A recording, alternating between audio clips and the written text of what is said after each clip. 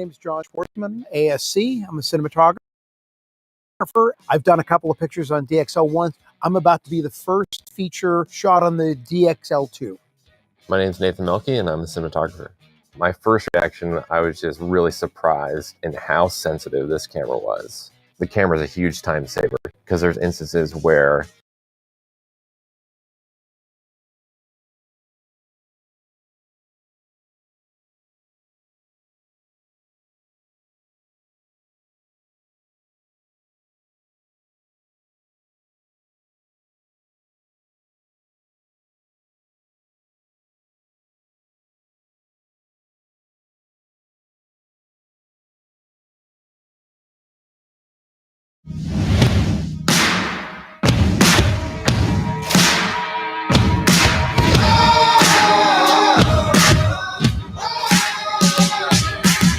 My name is John Schwartzman, ASC. I'm a cinematographer. I've done a couple of pictures on DXL1. I'm about to be the first feature shot on the DXL2.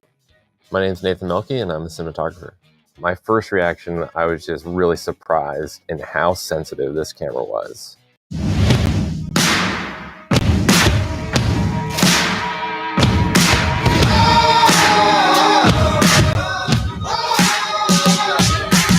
My name is John Schwartzman, ASC. I'm a cinematographer. I've done a couple of pictures on DXL1. I'm about to be the first feature shot on the DXL2. My name is Nathan Melke, and I'm a cinematographer.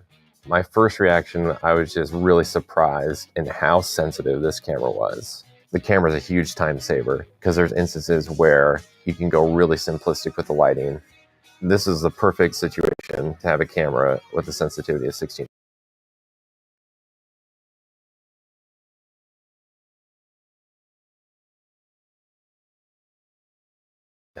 And honestly saved us on our schedule. Literally in these practicals are 25-watt bulbs, and we're able to get right into the scene.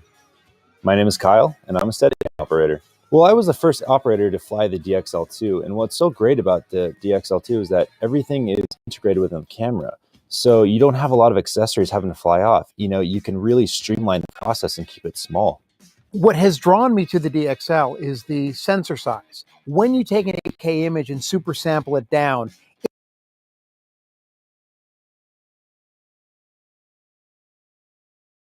is the sensor size. When you take an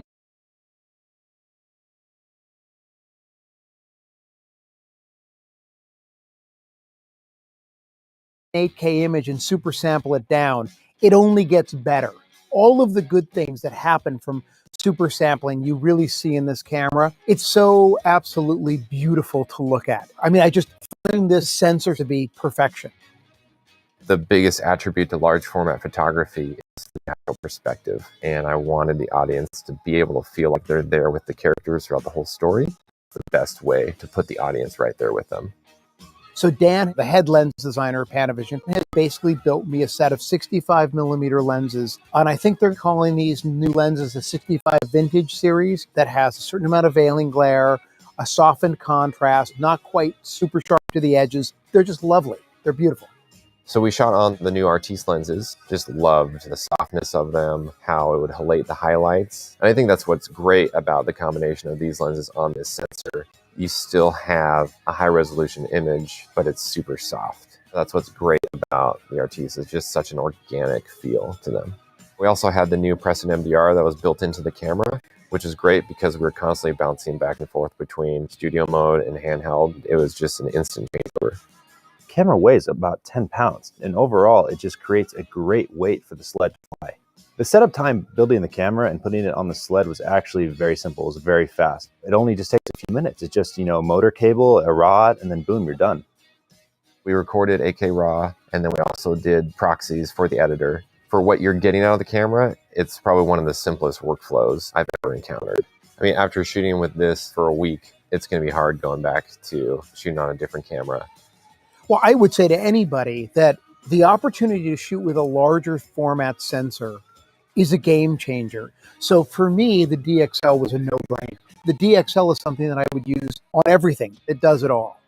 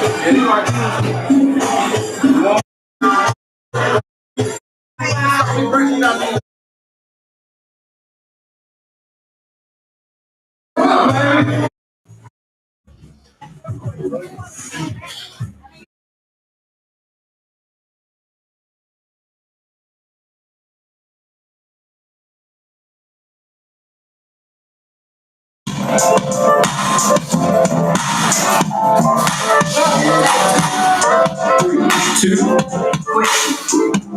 So, right, here we are.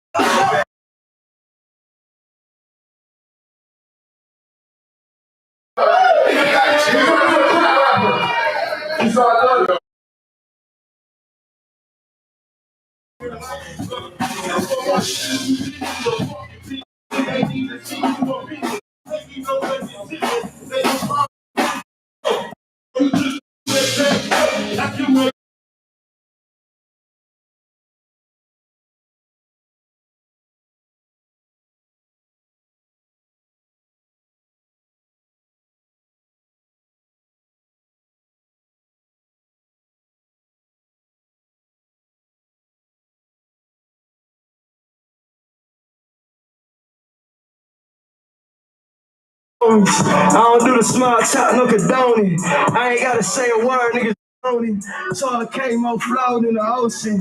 Be a boy, head corn, making boating. I don't really keep it true. Screen 4 L's, 2 L's, and I'm folding. Hard to transition. Any locate, any might turn golden. Race to my sight, kids still kidding with the homies. I just coming out my city. Yeah. Tell me what. Like me, you want me some fucking nuts. Yeah. I gotta smash some motherfucking wood.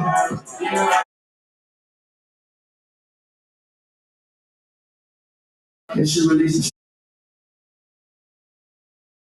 I hear me right here.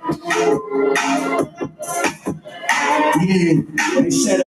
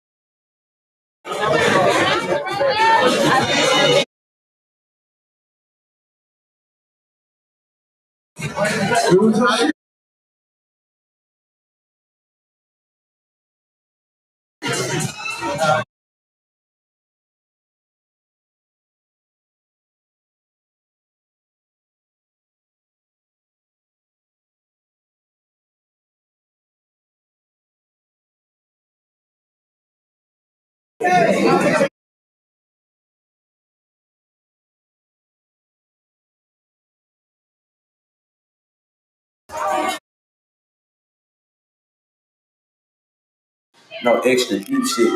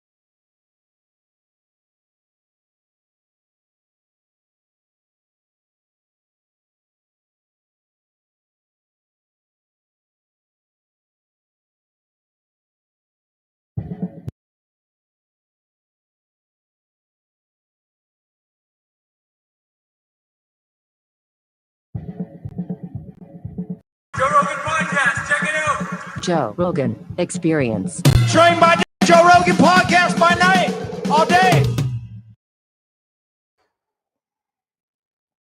We are brought to you by ZipRecruiter. Recent data shows that out of all the female-owned businesses, it is estimated that 1 in 3 is owned by a mom. Will you ever wonder how those amazing moms and dads find time to hire for their businesses?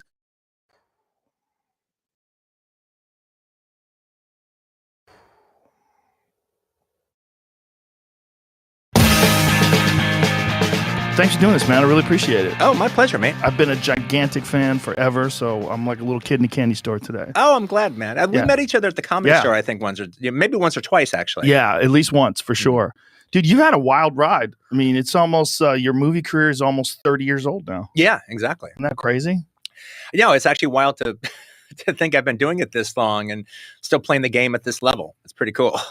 Well, yeah. Well, it's been such a unique ride for you too, right? Like you wrote, let me get this straight. You wrote True Romance, you sold it, and you used the money from True Romance to fund Reservoir Dogs. Well, that was going to be the idea. Right. All right. The idea was... Pull this microphone up to your face. There we go. You can move it around so you don't have to lean into it. Cool. There you go. That was going to be the idea.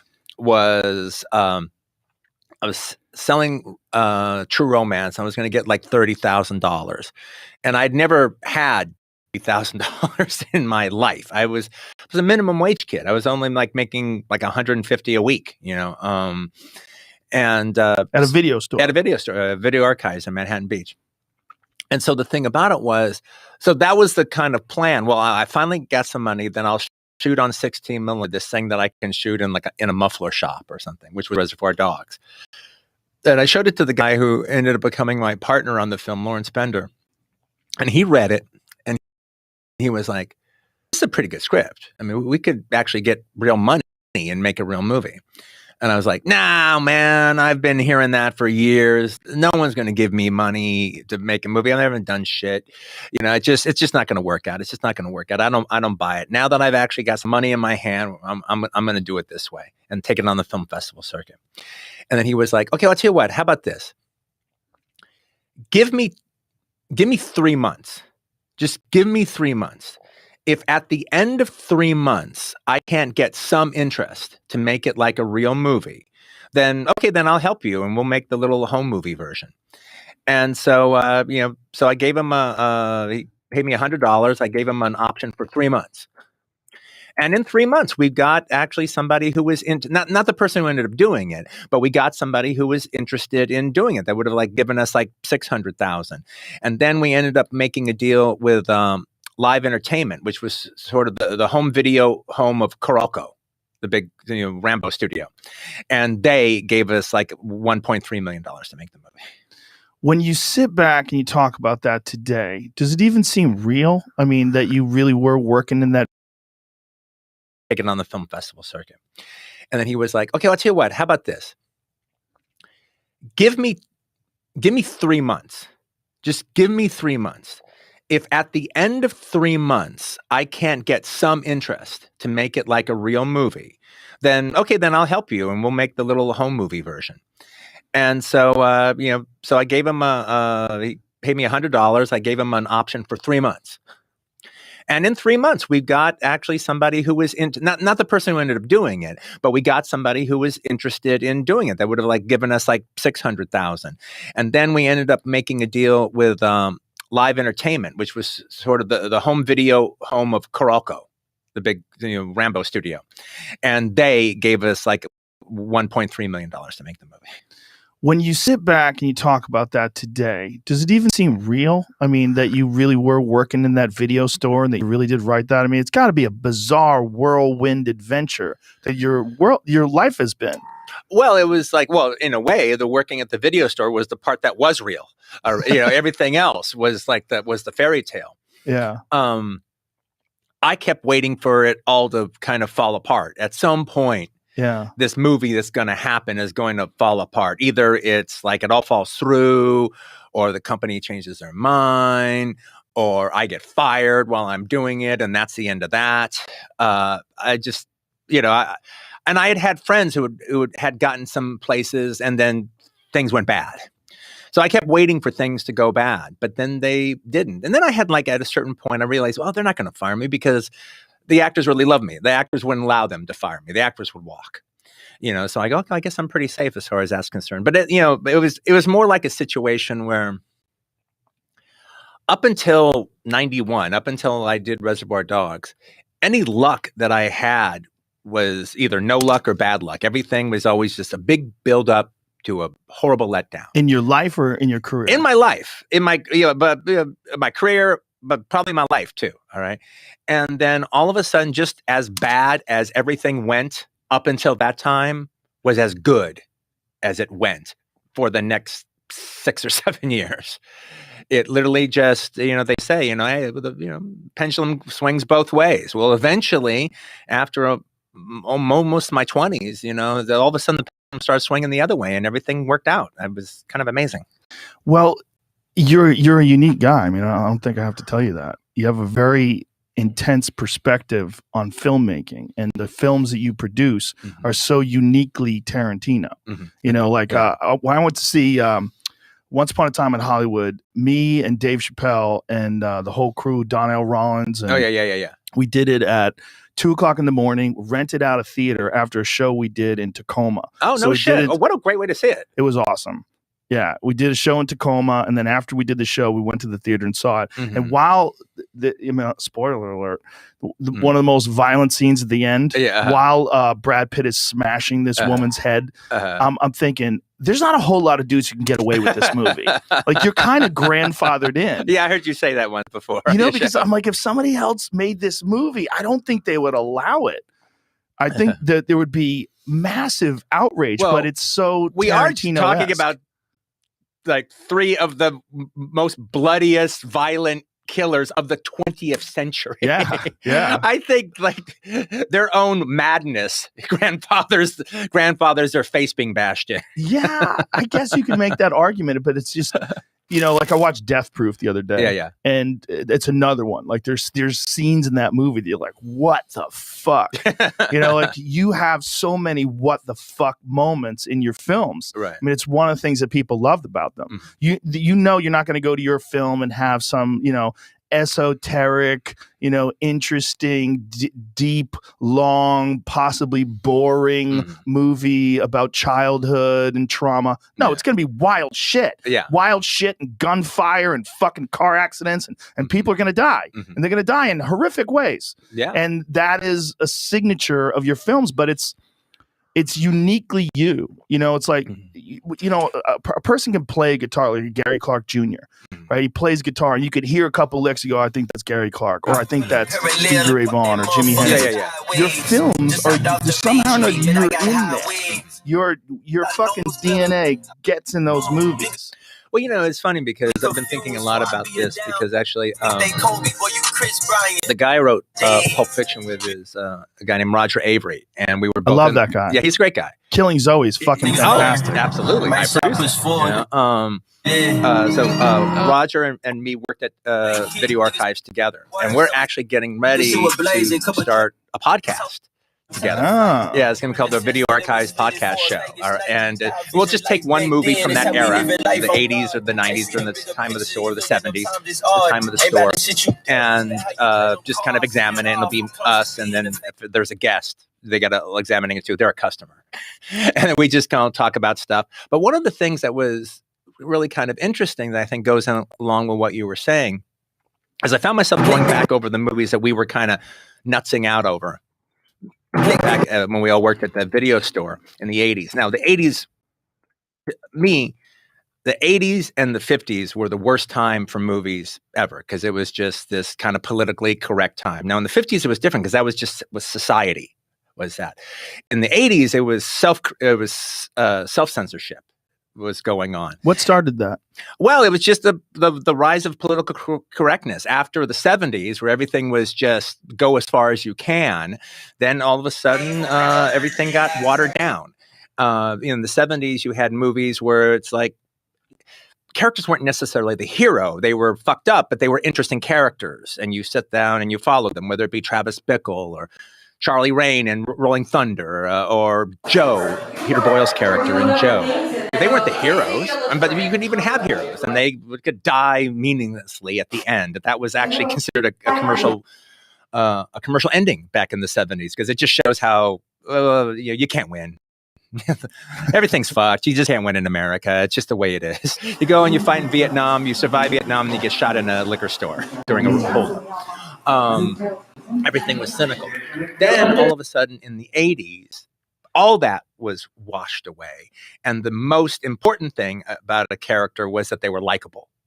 And that was every character had to be likable. And the audience had to like everybody. And even a movie that pushed the envelope and tried to do chancy things, well, it could do it for about an hour. Then the last 20 minutes would be them literally going back on everything they did the first hour, apologizing it and, making everything fine. I'll give you a good example of that. Okay. It's just like, okay, the critics always really preferred Bill Murray movies to Chevy Chase movies. However, it does seem as if the point of all the Bill Murray movies is that he's this kind of hip, cool, curmudgeon, smartass guy who in the last 20 minutes gets a transformation and becomes this nice guy. Yeah. And and almost apologizes for who he was the entire movie before, the whole rest of the movie before that happened. Groundhog Day, Stripes, Groundhog Day, Scrooged, Mhm. you know, the whole thing. I mean, when like for instance, Stripes. How does he go from where Warren Oates kicks his ass, deservedly kicks his ass? He deserves to get belly punched by Warren Oates in that movie. How does he go from being this iconoclastic, I don't give a fuck about anything, I get beat up by Warren Oates, to now he's rallying the troops.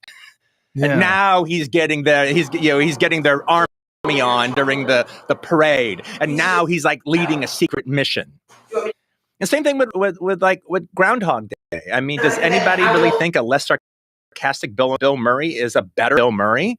I mean, maybe it's better for Andy McDowell, but not for us as the viewer. Yet, Chevy Chase movies don't play that shit. Chevy Chase is the same supercilious asshole at the end of the movie that he is at the beginning. He never changes in his stuff. He's always like a bit of a dick and is always completely sarcastic. I mean, unless they cast him playing a dope like he is in the vacation movies. But when he's playing like a Chevy character, he's he never apologizes for who he is, stays that way throughout the whole film. And even if there is a slight change, that's not the whole point of the movie. Yeah. Is like turning him into a nice cuddly guy. Have you ever worked with him? No, I'd love to. I'm a gigantic fan of his early work, like the Fletch stuff. I just think in Saturday Night Live. And the whole first season of Saturday Night, like pretty much all those early movies, except for Oh Heavenly Dawn. All those. And he seems today to be this like really uncomfortable person. It's almost like like too many people paid attention to him for too long, and it freaked him out. Like, I don't know him, but when I see, stories about him or interviews with him or, any weird controversy that happens with him, I'm almost like, I think the guy just got overlooked. Yeah. And now he's just like, get the fuck away from me. Get the fuck away. Like everything is get the fuck away from me, it seems like. Yeah, right. Exactly. Yeah, but I'm a big fan of his. And he was really handsome for so long. Oh, my God. Yeah. Really handsome. Oh, my God. For a comedian, especially for a comedian, like in Fletch, he was beautiful, and girls loved it. Oh, foul play, and it was great. Right. He also it was a very particularly Chevy Chase style of humor. No, when he hit on Saturday Night Live, I was watching it that first season. Yeah, it's like by the time he hit, when he would show up in a sketch, I mean, he was a superstar. Yeah. Lorne Michaels even said it was like. Chevy Chase had to leave for the show to really become the show, or else it would have just become the Chevy Chase show. Wow, that's amazing. That's amazing when you think about the group of talent that he was working with at the time. Yeah. This was like the Gilda Radner age. They would have all been his backup. Yeah. They would all been his backup band. Wow, it would have been Chevy Chase and his not ready for his primetime play. He was supposed to play Otter in. Really? Yeah. It's right here. You look at it, you can tell it's written for Chevy Chase. Yeah. It seems like Tim Matheson is basically playing Chevy Chase. Yeah. There's a lot of those films that you try to watch today and you go, Jesus, I don't know if you could ever do this. Like, there's so many films that you try to watch today. Like, I just watched Superbad the other day. Yeah. And I'm like, man, I don't even know if you could do Superbad today. And that's not even that long ago. Well, I don't believe in that kind of statement, because the thing about it is, I think that statement is a kind of self-fulfilling prophecy. If you say it's going to be a problem, it's going to be a problem. All right, because it comes with usually the idea, well, I don't know if they would let you do that. Well, who the fuck is they? Well, you say that as Quentin Tarantino, but if you're Quentin Tarantino in 1991. Well, okay, yeah. Well, I'm Quentin Tarantino in 1991 doing Reservoir Dogs, coming off of the 80s, which was the decade of they won't let you do that. That's true. And I remember, like, okay, for instance, I'll give you an example. So I'm working at Video Archives, and now, by the way, that whole horrible time. And by the way, we're going through the 80s part 2 right now, except there's more of a McCarthy-esque blacklist aspect to it than was in the 80s. The 80s seemed very, people were doing it to themselves. Where here it's, no, people are doing it to you. But I remember, okay, so in the 80s, this is only happening in America. In the other countries, they were making bold, wild cinema. The Hong Kong movies were off the fucking chart. Pedro Almodovar was like making his wild sex comedies. Amazing. Anyway, so Pedro Almodovar had a movie called Matador with Antonio Banderas that came out. Very funny movie. The movie starts, the opening credits is a guy sitting in a chair in his living room with his pants down around his ankles. And he's jerking off. And what he's jerking off to are the most bloody, violent scenes in slasher movies. He's got like all his favorite moments from slasher movies of women getting murdered, all cut together, and he's jerking off. And that's the opening credits. And it's just like, there was like nothing like that available in America. They're like, oh my God, this is the wildest shit ever, man. This is amazing. And so I remember I was like sitting at Video Archives and I was saying, well, I want to do shit like that when I'm making movies. And then one of the guys said, well, they won't let you, Quentin. And my answer was, well, who's they? Who are they to tell me what I can and can't do, can or cannot do? And at the end of the day, the proof is in the pudding. I never let they stop me. I did what I wanted to do. And by doing what I wanted to do, we changed the 90s. The 90s stopped being politically correct. And all of a sudden, like in 1 year, Reservoir Dogs, El Mariachi, Man Bites Dog, Romeo is Bleeding. I mean, all these like wild, wild, ironic, violent movies started coming out that just didn't exist in 1989. So and then comes Seven, and then it's like we built a bridge, and then everyone followed it. Everyone went over the bridge. Was there any resistance, like when you wrote Reservoir Dogs, and people are going over it? Were there any people that wanted to water it down or censor it or say it'd be more marketable, or maybe you took certain scenes out? Well, there was in script form, a lot of the violent stuff just kind of went over their heads because they just kind of saw it as play. There's violent stuff, but they were just talking about how much talking. But so Sam, if you'll grab some paper towels, pull out an okay. When I finished it and had been on the film festival circuit with it for a year, when Miramax bought it, Harvey tried to talk me into cutting the torture scene. The Mr. Blonde and the guy in the chair and getting the his ear cut off. Yeah. He tried to talk me out of that. And his reasoning was, he might ended up being right. All right. His reasoning was, look, Quentin, this is a movie that anybody can watch. But with that torture scene, you're going to alienate women. They're not going to want to see this. So you're putting your own movie in a little box. But without that scene, anybody can go and see this movie and everybody will enjoy it. And that's kind of actually where I became me, because Harvey was used to winning these type of arguments, and he had a bunch of yes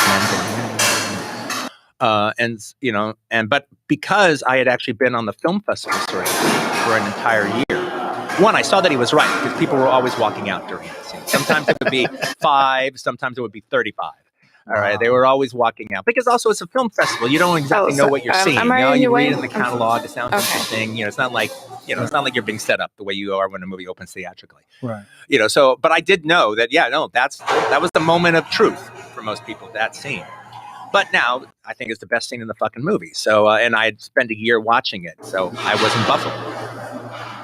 And I go, well, it's that movie. It's what the movie is, and you may be right, but I don't care. This is the movie, and it has that scene. And Harvey realized he wasn't going to get his way, and he's used to getting his way. I stood fast, and there was like a beat of like, 1, 2. Okay, we're going to leave the scene in, and I want you to remember that it was Miramax who left it alone. Wow. That's an interesting way to control the situation, right? Yeah. Take it and bring it all back to him. How weird is it for you to have had a relationship with that guy for all these years, making all these films, and now see what he's become? It's sad. It's sad. It was like, he wasn't just this guy who financed my movies. He was, kind of like a father figure. I mean, he was kind of a fucked up father figure, but that's most people's fucking father.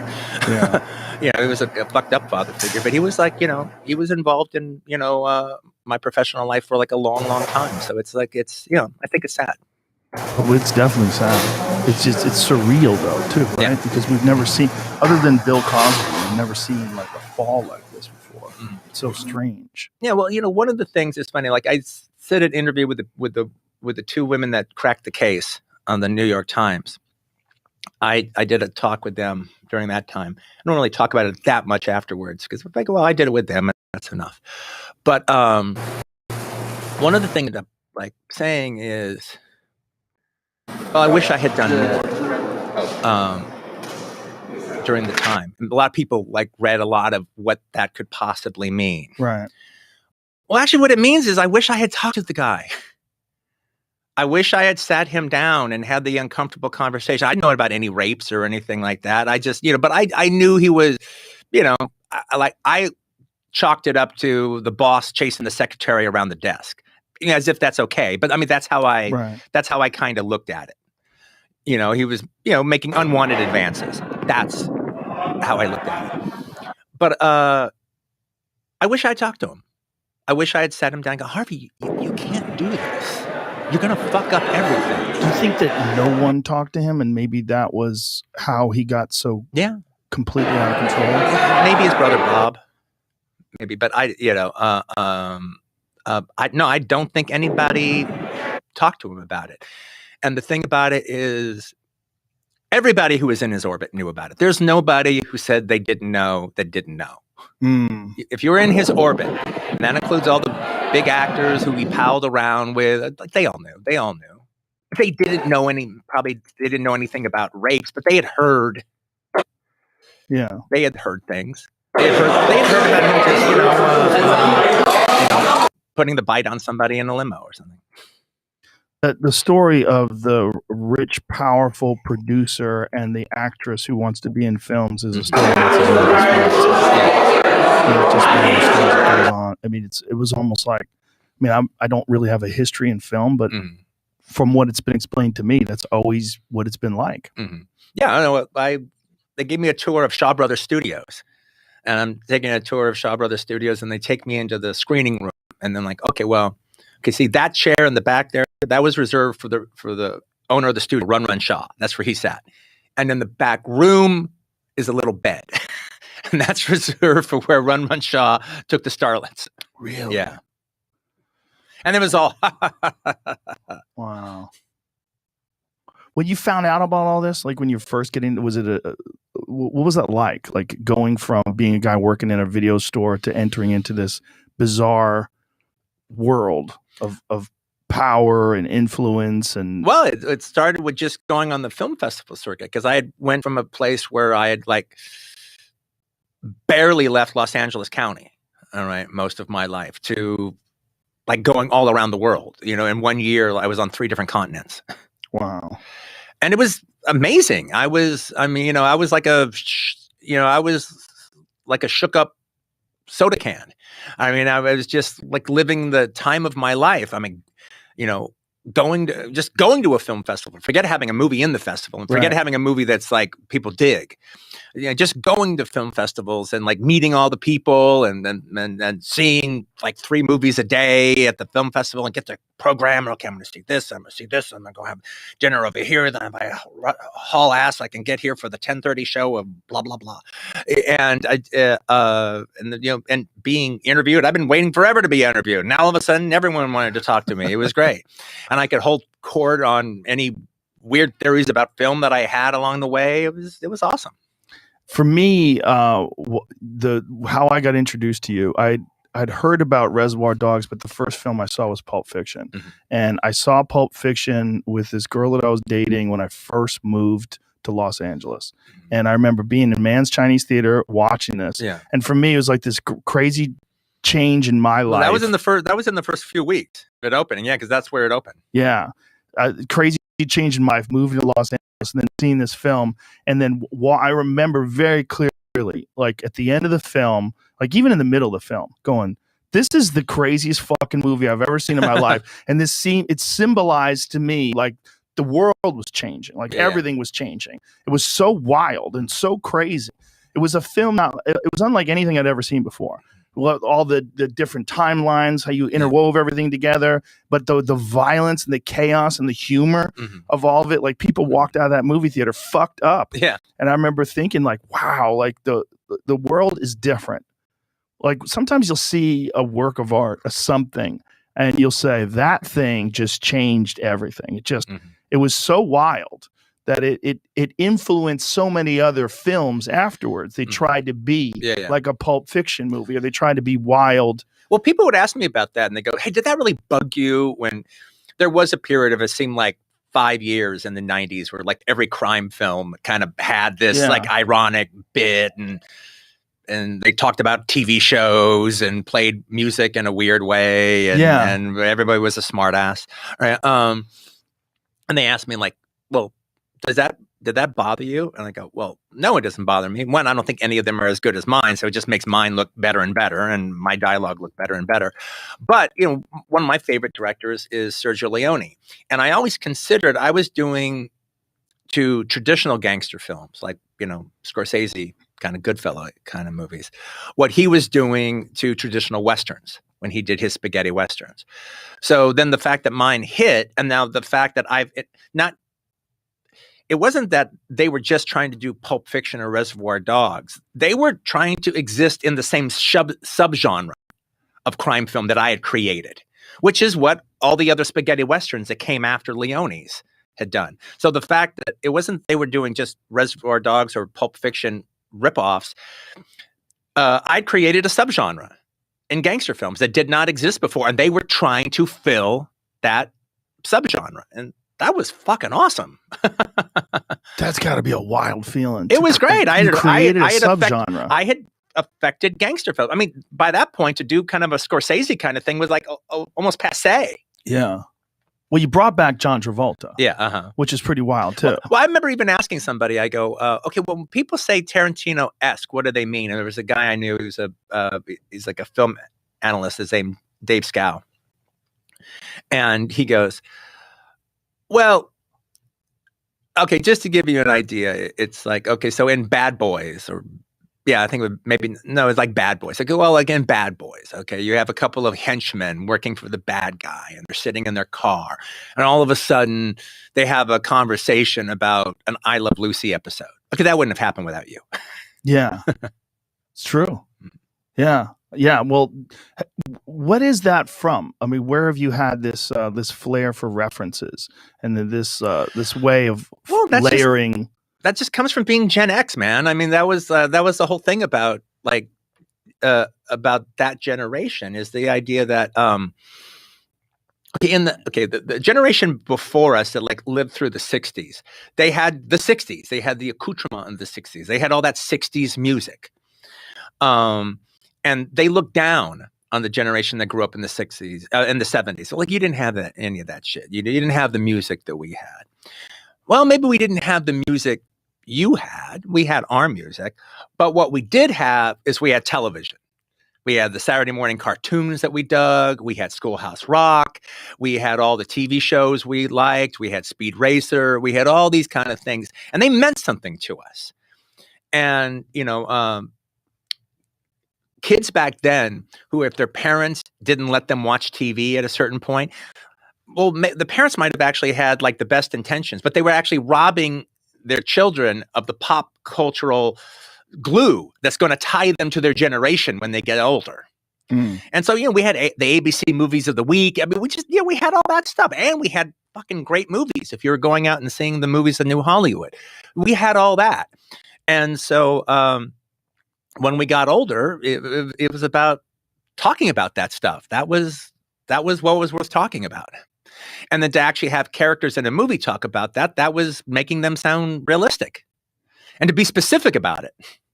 You remember that old sitcom? No. You mean Alice, okay? Talk about Mel and Alice. But the dialogue heavy stuff, it was a beautiful counterbalance for the explosive violence and the wild craziness of your films. Well, look, I had thought in my 20s, I had wanted to be a stand-up comedian. I had thought that might be where I'd go because, you know, I still look at, to this day, it's been cool how you've been talking so much about like the Comedy Store, and then there's been all these like documentaries come out about it and all these pieces coming out about it and everything. And so, you know, growing up in like the 70s and into the 80s, I mythologized the Comedy Store too. And actually, the first time I went down to the Comedy Stores, it's like 82, 83. I mean, I saw it forever driving past it. And finally, I brought up to a buddy of mine, hey, let's just go. And so we show up at the Comedy Store around like 11:30, 12 at night or whatever. It's like, say, 82 or 83. We walk in the Comedy Store. On stage, never seen him before in my life, never heard of him before, Andrew Dice Clay. That's who's on stage. Wow. When we come walking in. And he's doing hickory dickory dock. And he's doing his full like Dice Clay routine. And then the number one thing, like, whoa, boy, he'll never get on Carson with that. You know, boy, that was the whole thing. Almost like what you were saying about, well, they won't let you do that. Okay, well, he'll never get on Carson with that shit. All right, that was like the whole thing. So he comes on, then Paul Rodriguez comes on, who I'd seen and stuff. And then like a few other guys come on. And then it gets to be towards the end of the show. And then you hear in the audience, bring on the beast. Bring on the beast. Okay, everybody, here we go. Last person of the night. You love him. You can't live without him. Ladies and gentlemen, Sam Kinison. And I never heard of Sam Kinison before. And he walked up there, last guy on the lineup. And I've never laughed harder in my life as I laughed at Sam Kinison doing his, routine at the close of the Comedy Store. It was, I mean, like I spilled drinks. It was like I lost control of myself, and it was so great. I came back the next night to see if the Sam Kinison thing was just like did it even happen? Right? Did it even happen? And then, yeah, there it was. It happened. That's the guy. And I laughed just as much at the shit a second time. I was like, my God, like I wanted to follow this guy like a religious leader. I thought it was the most eye-opening stuff I had ever seen. And I was coming from a similar place. Women had treated me like shit. I was like, fuck yeah, man. This guy's right. And, I was just 2 steps away from being an incel. All right. So it was like the Sam Kinison was, he was speaking the word, man.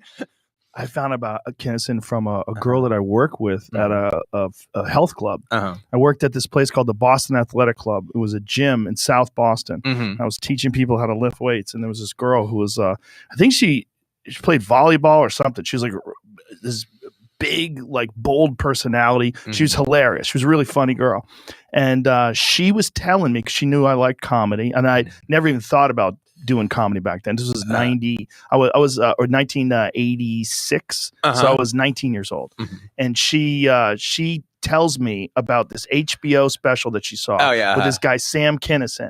And then we're out in the parking lot of and she starts doing the routines. Club. She starts doing the routine of him paying money to, like, he had a routine about homosexual necrophiliacs paying money to the mortuaries to spend time with the freshest male corpses. So here's this girl. Oh, this is great. This girl's lying on her stomach in the parking lot going, oh, you mean life keeps fucking in the ass even after you're dead? It never ends. It never ends. Oh. So she's doing the impression of it. I'm howling at her impression of it. And then I got to a video store and I got a copy of the VHS. Okay, well, dude, I was into him a year and a half before that. All right, that you're talking. He's already back mainstream. He's already done his HBO special by this. This was like no one's giving him shit other than Mitzi. Yeah, you were there at the ground floor. Fucking year and a fucking half before he did any TV. Do you know the origin story of Sam Kinison? Yeah, I do. Yeah. No, I'm pretty familiar. He's a normal guy, and then he got hit by a car when he was a kid. and got brain damage. And but he was like the weird, like Marjo Gorner. He was like the weird evangelist kid. Yeah, but his brother wrote about it in Brother Sam. His brother Bill wrote a book about it. He was like a totally normal kid, gets hit by a car, and then he's just this wild, unstoppable. Oh, that I didn't know. Okay, that I didn't know. Well, there's quite a few people like that. Roseanne Barr is another one. Hit by a car when she was 15. She spent 9 months afterwards in a mental institution. She couldn't count anymore. She used to be excellent at math. She got hit by a car, spent 9 months in a mental institution, couldn't count anymore. No, her brain was completely fucked. No, I had a friend got hit by a car, and then when she came to, she couldn't speak English. She could only speak Spanish. Whoa. Could you speak Spanish before that? Yeah, I think she had like just high school Spanish, but then all of a sudden, like for I think 4 days or so, she could only access the Spanish part of her brain. Wow.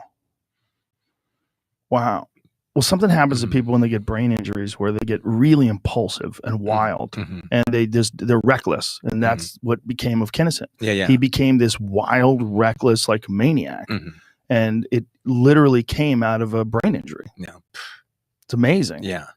I mean, it's terrible. You don't want anybody to have a brain injury, but on the other hand, that's the only way to create a Kinnison. That's the only way yeah, exactly. That's where the lab experiment starts. It's hard for people to understand how revolutionary that guy was. Because when I was a kid, he was the first guy that ever made me think about comedy, like that I could do comedy. Because I always thought comedy was those guys you saw on the Tonight Show. Yeah. Where they, go. Well, it's like the first real official thing he did outside of the Comedy Store was he did one of those like comedy tapes that Rodney Dangerfield hosted. Yeah. So it was like him and Roseanne Barr, and then like a couple of other, Bob Nelson. Yep. Doing his boxer dude. Yeah. And then so like, oh my God, this is the dude. This is the dude. This is before he gets his own special. Yep. He just does Rodney's special. Yeah. Oh, I remember that very well. But so we had all those tapes, man. I watched all that stuff. I remember you used to on Comedy Central. You would do the your little non sequiturs. Jesus Christ, you remember those? Yeah, when you had hair and you did the little non sequiturs talking about, I'm pretend I'm sitting in front of a brick wall. Yeah. And I'm talking about LA and New York. Yeah, that's like 93 or 92 or something like that. That's crazy. No, I was just like, I did Mark Maron show. I go, hey, I remember you, short attention span theater, right? Wow. Yeah. Penn Jillette doing all the promo voices. Penn Jillette, yeah. Well, Penn Jillette. Yeah, Juliet. God, it's amazing that you were at the store in 82. Was Pryor there at all? No, he would make it was always a big deal. Him and Robin Williams would just show up every once in a while. No, it was like boring Paul Muni, doing his fucking 45-minute act, blowing down everybody else, right, who wanted to come on. And Tom Brogan, all right, the guy who he had a show, and I think he was one of the producers on the Tonight Show at a certain point. Jimmy Brogan. Jimmy Brogan, yeah, that's right. Jimmy Brogan would come on. Jeff Altman. Oh wow, yeah, would come on doing their bit. Carrie Snow. It was the time of Carrie Snow, which I always wonder whatever happened to her. I thought she was really funny. She was really funny. Yeah. I don't know what happened to her. Yeah, that's an amazing time. You that was probably literally the heyday of the Comedy Store where you were there. Yeah, well, it was definitely the new generation was coming coming around, and I talked with Jim Carrey once, and he was like, "No, that was the time when I knew I could kill with impressions, but I knew I had to get away from impressions." And like Sam Kinison was my best friend, and he was like the one teaching me, telling me I gotta stop doing impressions. And Mitzi would go, "What are you talking about? You're the king of impressions." And I thought, well, okay, so I'm the king of impressions. So what? The best I can hope for is Rich Little. Well, I want more than that.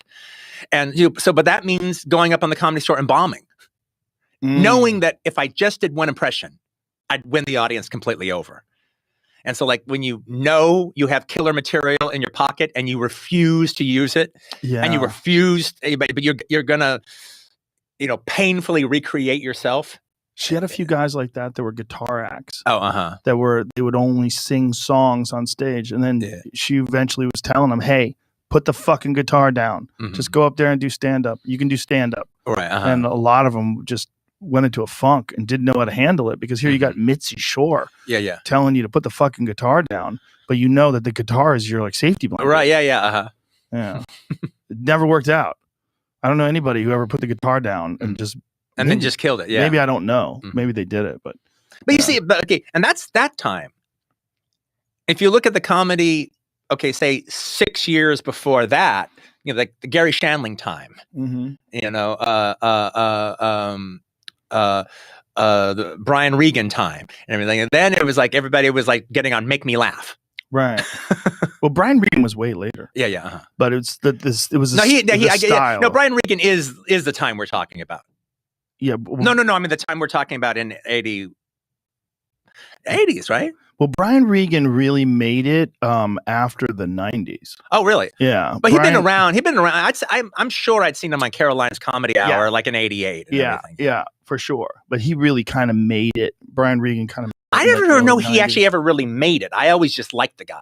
Well, he's made it as a big act, as a stand-up comedy act, but like never really made it in television and films and stuff like that. Yeah. But he sells out like Red Rocks in Denver all the time. He sells out giant theaters.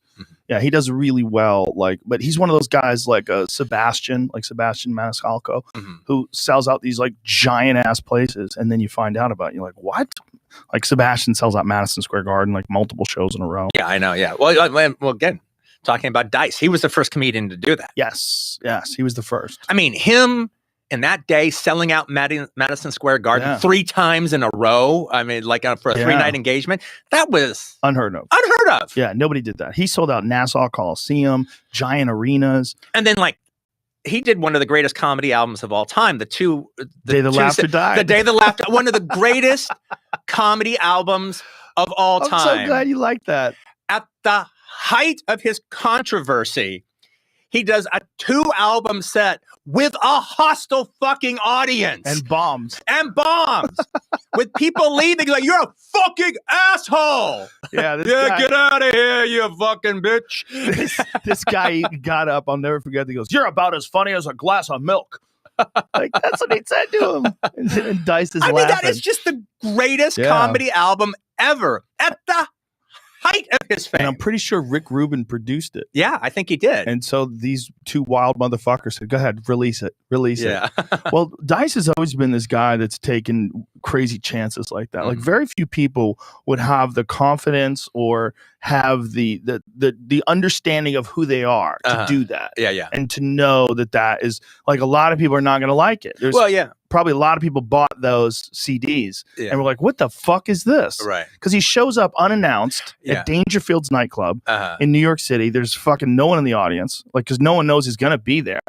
And he's doing this complete unprepared set.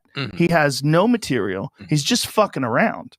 And sometimes he's got his John Travolta impersonation, waiting for the end. Like, I know I can do the staying alive thing, and that'll wrap up the audience. Well, that was his thing. You know, he used to be Andrew Silverstein. Yeah. And he had all these impressions that he would do. He would do Travolta, he would do Stallone, and then at the end he would do this Dice Man character. And the Dice Man character was so good, he abandoned all the other shit. And just kind of became the Dice Man. That must have been wild though to be there at that time. No, to walk into the place and he's on stage. Yeah. Full black leather jacket. Wow. Doing the whole cigarette bit. Wow. Doing his I Dream of Jeannie jokes. I Dream of Jeannie. Yeah, I remember it was like, okay, master, what wish can I grant you? Okay, make your tongue 10 feet long and stick it up my ass. That era of Hollywood, like to be there at that time, it was a tumultuous time too. It was like so much wild shit was happening. And for you to be a young guy to be in that scene and see it all go down, like just to be a young guy back then, how much of that affected the way you viewed things, the way you viewed your work and the things that you made? Well, I don't know if it had any, like, you know, it was just exciting. The 90s were fun. Okay, you know, the 90s look like the 70s part 2. I don't know if I thought about that then. Right. But I think about that now, and yeah, it was a lot of fun. You know, and I was still pretty young. I was like at my beginning 30s and my 20s, because I was so broke, like working minimum wage jobs. I didn't like have as much fun in my 20s as I could have had. Well, I made up for it in my 30s. Mm-hmm.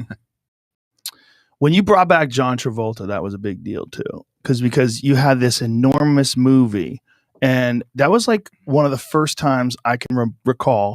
Correct me if I'm wrong, where a guy falls out, like he's not a big star anymore. It's gone. It's over. And then you put him in a massive movie, and he's really fucking good. Yeah. He's really fucking good. It's interesting. It's weird. He's a heroin addict who's an assassin who also can dance, and him and Uma Thurman on the dance floor. You changed his whole life. Yeah. No, it happened that way. Yeah. Was there resistance to try to put him in that movie? Oh, of course. I mean, the only thing he had done that had made any noise in a long time was, those Look Who's Talking movies. Yeah. And, okay, there's this thing that's floating around of like, my initial cast list for Pulp Fiction is kind of floating around on the internet. Somebody got a hold of it and printed it out. And, it's true, but there's a story behind it. It's not just a normal cast list. The idea, I remember my agent telling me, okay, so you're getting a deal. So one of the things that you do when you get a deal, at the time it was with TriStar, and it was like you write down everybody you can think of who would be more or less you think right for the character, and you write down everybody, and if they sign off on it, well, then you can cast any of those people you want.